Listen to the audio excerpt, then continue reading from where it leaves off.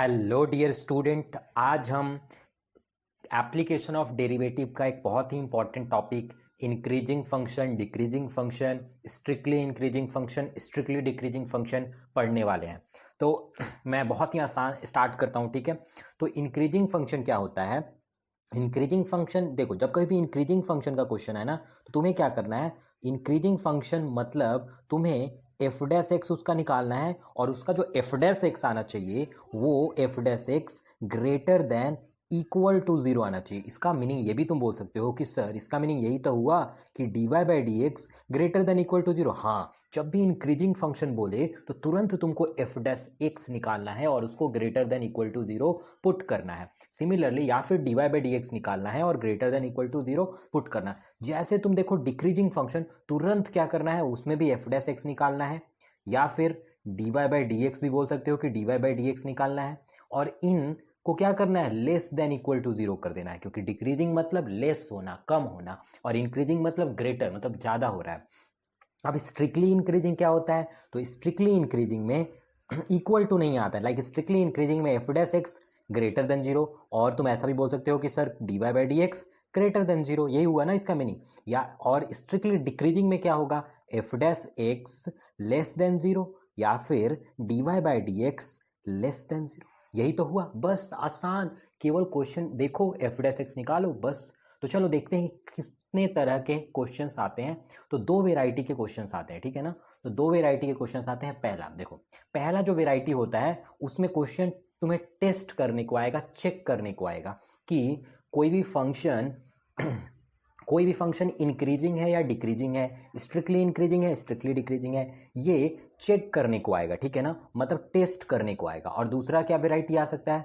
दूसरा वेराइटी आएगा कि find the value of x for which function is increasing, decreasing, strictly increasing, strictly decreasing. तो ये दो वेराइटी के क्वेश्चंस आते हैं एग्जाम में, तो हम इन दोनों वेराइटी के क्वेश्चंस को कवर करते हैं, ठीक है। तो पहले हम स्टार्ट करते हैं पहले वेराइटी से। तो यहाँ पे दिख रहा है तुम्हें टेस्ट करना है, तो टेस्ट करना है क्या कि फॉलोइंग फंक्शंस आर इंक्रीजिंग और डिक्रीजिंग। मतलब इंक्रीजिंग के लिए क्या चाहिए, F dash X greater than equal to zero आना चाहिए, तब वो क्या बोला जाएगा कि वो इंक्रीजिंग है, यही बोलेंगे ना।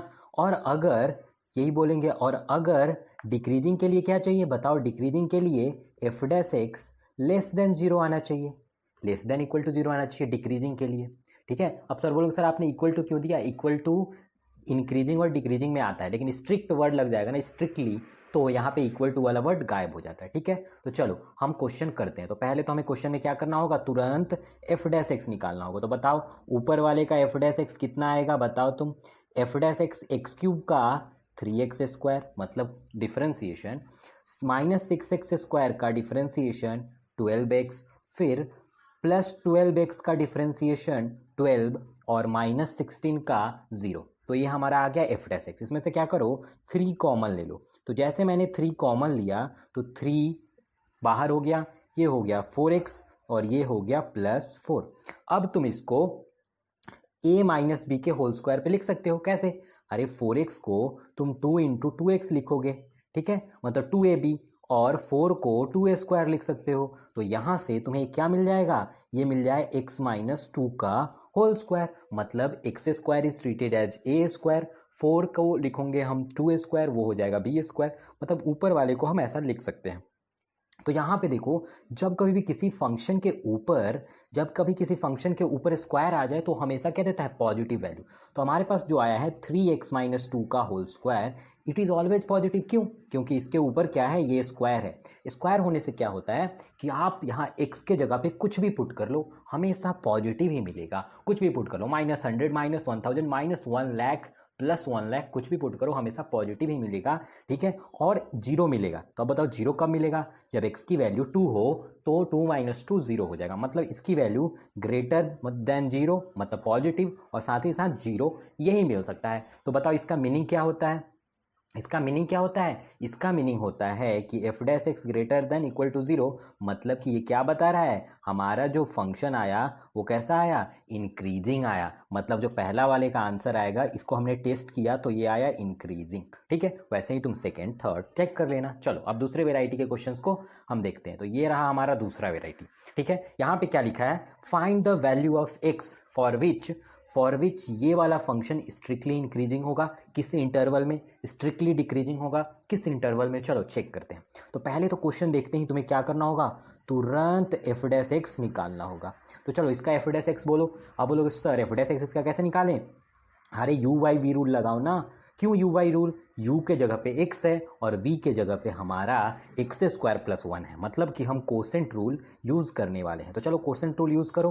तो कोसेंट रूल में जो नीचे वाला होता है उसको पहले लिव करते हैं, x को क्या करते हैं, ऊपर वाले को फिर क्या करेंगे, मतलब न्यूमरेटर वाले को डिफ्रेंशिएट, फिर माइनस, फिर मैंने क्या किया, x को इस बार लिव कर दिया और एक्स स्क्वायर प्लस 1 जो कि डिनोमिनेटर में है उसका डिफ्रेंशिएशन 2x और 1 का डिफ्रेंशिएशन 0।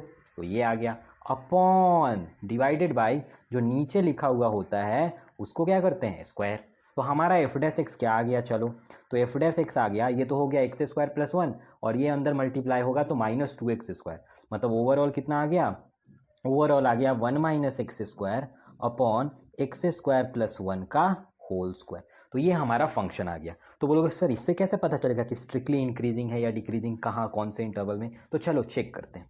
तो चलो हम अगले पेज पे चलते हैं। हमारा जो फंक्शन आ चुका है, एफ डैश एक्स की वैल्यू कितनी आई है, एफ डैश एक्स की जो वैल्यू आई है वो आई है, माइनस कॉमन ले लूँगा अगर उसमें से, तो एक्स स्क्वायर माइनस 1 हो जाएगा, क्योंकि 1 माइनस एक्स स्क्वायर था तो उसमें से मैंने माइनस कॉमन ले लिया, अपॉन एक्स स्क्वायर प्लस 1 का होल स्क्वायर। ठीक है, तो अब इसको हम ब्रेक कर लेते हैं फैक्टर में। ठीक है, तो एक्स स्क्वायर माइनस 1 ए माइनस बी ए प्लस बी, ठीक है ना, क्योंकि ए स्क्वायर प्लस बी स्क्वायर के फॉर्म में मैंने उसे ब्रेक कर दिया। तो चलो हमें चेक करना है, तो हमेशा याद रखना जब कभी भी तुम्हें इंटरवल निकालना हो, जैसे ऐसा क्वेश्चन है, find the value of x for which increasing, for which decreasing, strictly increasing, strictly decreasing, तो हमेशा क्या करना, क्रिटिकल पॉइंट निकालना। तो चलो क्रिटिकल पॉइंट कैसे निकालते हैं, क्रिटिकल पॉइंट निकालने का आसान तरीका है equating each term is equal to 0। तो पहले वाले ब्रैकेट वाले टर्म को 0 से इक्वेट करो तो कितना आएगा, x माइनस 1 को अगर तुम 0 से इक्वेट करोगे तो x माइनस 1 को 0 से इक्वेट करोगे तो x की वैल्यू आएगी 1, मतलब पहला जो हमारा क्रिटिकल पॉइंट मिला वो 1 मिला। फिर दूसरे वाले को करो, चलो दूसरे वाले को अगर तुम करोगे इक्वेट, ये वाला दूसरा वाला टर्म, इसे भी इक्वेट करो तो x की वैल्यू कितनी मिल जाएगी, x की वैल्यू कितनी मिल जाएगी, -1। ठीक है, फिर हमारा एक और टर्म है नीचे, इसे अगर इक्वेट करो 0 से तो तुम इक्वेट करोगे X square plus 1 equal to 0, तो ये तो आ जाएगा इमेजिनरी, ये क्या आ जाएगा, इमेजिनरी आ जाएगा। क्यों, x square plus 1 equal to 0, तो एक्स की value minus iota plus iota आ जाएगा जो कि इमेजिनरी है। तो इमेजिनरी वैल्यू हम कभी लेते ही नहीं है, क्यों, क्योंकि ये जो इंक्रीजिंग डिक्रीजिंग डिफरेंशिएशन जो भी हैं सारे के सारे रियल वैल्यूज़ के लिए हैं। तो इमेजिनरी आ गया, इसे तो हम प्लॉट ही नहीं कर सकते रियल एक्सिस पे, तो इसको गायब कर दो, इसका कोई यूज़ नहीं है। मतलब हमारा एफ डैश एक्स जो है वो सिंपली ऐसा बन गया, माइनस बार था, एक्स माइनस 1 और एक्स प्लस 1, तो इसी को हमें नंबर लाइन पे प्लॉट करना है। नीचे वाला क्यों नहीं करना है, क्योंकि उसके रूट्स इमेजिनरी हैं। ठीक है, तो वो हमेशा पॉजिटिव देगा, वैसे भी वहाँ पे एक्स की वैल्यू कुछ भी पुट करो हमेशा पॉजिटिव देगा, तो वो हमारा इंक्रीजिंग डिक्रीजिंग डिसाइड करने में कोई भी रोल प्ले नहीं करेगा। तो चलो इसको नंबर लाइन पे प्लॉट करो, तो मैंने बताया था how to plot on a number line. ठीक है, तो ये रहता है हमारा नंबर लाइन जो कि माइनस इन्फिनिटी से स्टार्ट होता है प्लस इन्फिनिटी पे एंड होता है। ठीक है, तो इस पे पॉइंट प्लॉट करो, तो कौन कौन से हमारे पास क्रिटिकल पॉइंट है, -1 और +1। अब बताओ पहले मैं -1 प्लॉट करूं या +1, पहले -1, क्योंकि माइनस इन्फिनिटी से जब मैं मूव करता हुआ आऊँगा तो रास्ते में मुझे पहले -1 मिलेगा, देन हमें +1 मिलेगा, तो ये मैंने लिख दिया। अब बताओ मैंने ट्रिक बताया था, राइट मोस्ट ऑलवेज पॉजिटिव, फिर अल्टरनेट पे नेगेटिव, तो प्लस के बाद माइनस, फिर माइनस के बाद फिर प्लस, अगर एक और रीजन होता तो फिर माइनस माइनस प्लस माइनस ऐसे होते जाता। मतलब याद क्या रखना है कि यहाँ पे जो होगा राइट मोस्ट जो होगा वो ऑलवेज पॉजिटिव, तो उससे स्टार्ट करो। ठीक है, तो चलो ये हमारा प्लॉट आ गया, तो ये हमारा प्लॉट आ गया, लेकिन ये तो क्वेश्चन नहीं है। क्यों नहीं है, क्योंकि अभी हमने केवल इसे प्लॉट किया, ठीक है, इसके बाहर क्या है, इसके बाहर नेगेटिव लगा हुआ है, नेगेटिव है, तो चलो हम इसमें चेंज कर लेते हैं। अब बताओ नेगेटिव के वजह से, इस नेगेटिव के वजह से क्या होगा, इस नेगेटिव की वजह से हमारा नंबर लाइन चेंज हो जाएगा। अगर नेगेटिव बाहर नहीं होता तो चेंज नहीं होता, तो क्या हो जाएगा नंबर लाइन चेंज। देखो अब बताओ, माइनस बाहर है, अगर माइनस अंदर मल्टीप्लाई हुआ तो माइनस अगर इस प्लस में मल्टीप्लाई होगा तो क्या हो जाएगा नेगेटिव। क्यों? अरे minus into plus, minus plus कितना होता है माइनस, फिर माइनस इंटू माइनस प्लस, फिर प्लस इंटू माइनस माइनस, क्योंकि जो बाहर वाला माइनस था वो मल्टीप्लाई हुआ। तो चलो हमारा आंसर आ चुका है। कैसे आंसर आ चुका है? देखो जो प्लस वाला रीजन होता है वो क्या डिनोट करता है, वो डिनोट करता है इंक्रीजिंग को, और जो माइनस वाला रीजन होता है वो किसको डिनोट करता है, डिक्रीजिंग को। तो हमें पता चल गया कि कहाँ फंक्शन इंक्रीजिंग है और कहाँ फंक्शन डिक्रीजिंग है। तो हमेशा याद रखो, जो प्लस वाला पोर्शन होता है, प्लस वाला रीजन जो कि यहाँ से लेके यहाँ तक है, ठीक है, इस क्वेश्चन में, तो ये इतने दूर में वो क्या है फंक्शन, इतना जो इंटरवल है -1 से +1, उसमें वो क्या है इंक्रीजिंग है। जबकि वो यहाँ -∞ से लेके -1 यूनियन 1 से लेके इन्फिनिटी। अब यूनियन क्यों लगा? क्योंकि अलग दो रीजन है और उन दोनों रीजन को डिक्रीजिंग फंक्शन में लिखना है ना, दोनों को मर्ज कर देंगे क्योंकि दो डी है। तो एक डी का आंसर -∞ टू -1, दूसरे डी का आंसर 1 to ∞। तो इसको कैसे लिखेंगे? -∞ से -1 यूनियन 1 से इन्फिनिटी। तो चलो मैंने क्या बताया यहाँ पे, ट्रिक याद रखो। प्लस मतलब क्या बताता है? प्लस का मतलब होता है इंक्रीजिंग रीजन, मतलब उस रीजन में फंक्शन जो है वो है इंक्रीजिंग, स्ट्रिक्टली इंक्रीजिंग भी बोल सकते हो, स्ट्रिक्टली इंक्रीजिंग, ठीक है। और जो माइनस वाला रीजन है उसमें क्या होता है, स्ट्रिक्टली डिक्रीजिंग, ठीक है।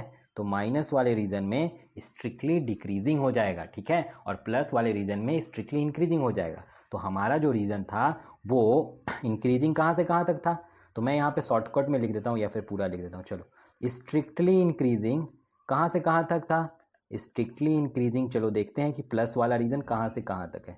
तो स्ट्रिक्टली इंक्रीजिंग है x बिलोंग्स टू -1 से +1, ठीक है। देखो खुद देखो, ये वाला रीजन -1 से +1 ही तो है, -1 से +1 है और उस रीजन में प्लस लिखा हुआ है, मतलब वो स्ट्रिक्टली इंक्रीजिंग का आंसर है। तो चलो अब देखते हैं स्ट्रिक्टली डिक्रीजिंग कब है, स्ट्रिक्टली डिक्रीजिंग कब है।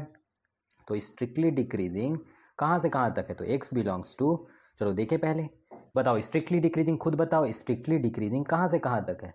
स्ट्रिक्टली डिक्रीजिंग यहाँ से यहाँ तक है, जहाँ तक मैंने ग्रीन वाला बनाया है, और यहाँ से यहाँ तक है। क्यों? क्योंकि वहाँ डी लिखा हुआ है और नेगेटिव है। तो चलो, तो इसका आंसर आएगा -∞ से -1 यूनियन, एक और पार्ट है इसीलिए उसको यूनियन करके सेम आंसर में लिखेंगे। तो ये हमारा आंसर हो गया। तो ऐसे तुम सारे क्वेश्चंस को सॉल्व कर सकते हो।